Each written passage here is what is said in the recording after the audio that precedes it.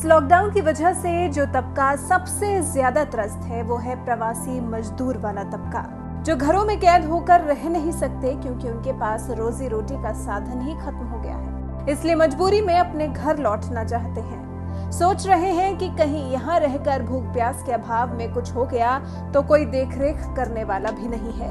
इसलिए चाहे पैदल चलकर चाहे साइकिल से अपने घर लौटने के लिए व्याकुल हैं।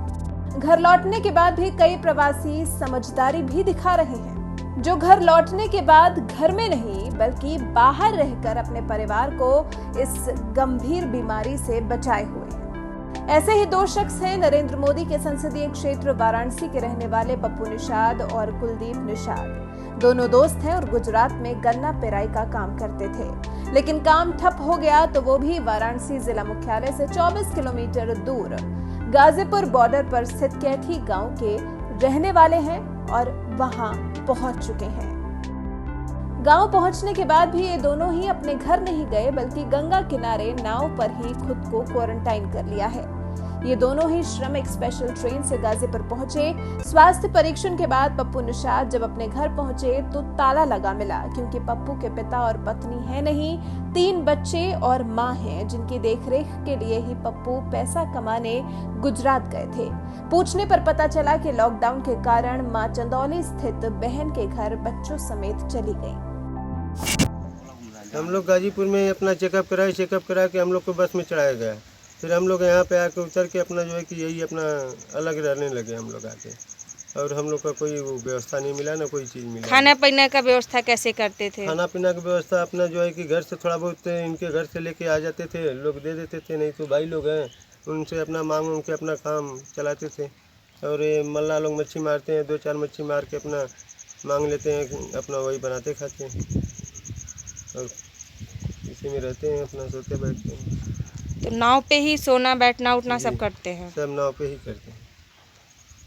नाव से आपका कितने दिन हो गया नाव पे क्वारंटाइन हुए आपको? हमने 16 रोज हो गया। 16 दिन। तो अब क्यों नहीं जा रहे हैं घर वापस? घर पे कोई है नहीं, रहना वहना सब यही है, अपनी नाव है, नाव पे अपना बसेरा कर रखते हैं। जब कोई आ जाएगा घर वाला तो घर जाएंगे। कहाँ गए हैं आपके घर वाले? हमारे दीदी के पास में गए हैं, दानापुर चंदौली। अच्छा, तो कब से वहाँ पे है? वहाँ पे वो लोग भी फंसे हैं, 2-3 महीने हो गए।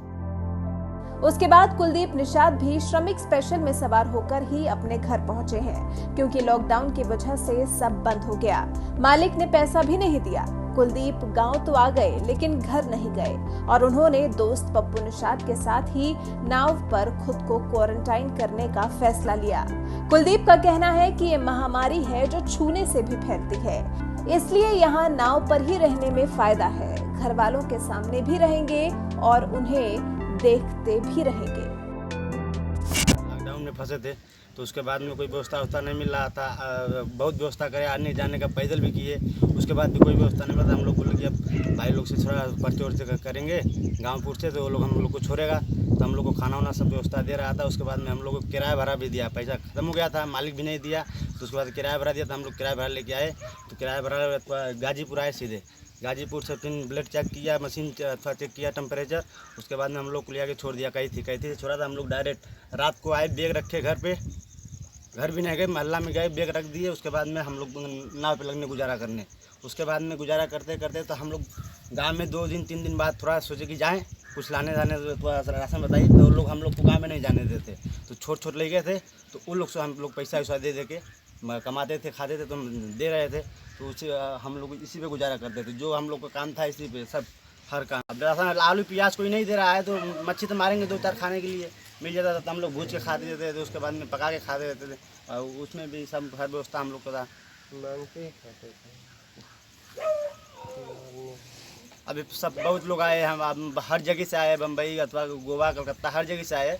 सब कोई पालन नहीं कर रहा है, खाली हम ही 2 मानस पालन किया इसका लॉकडाउन का मतलब का।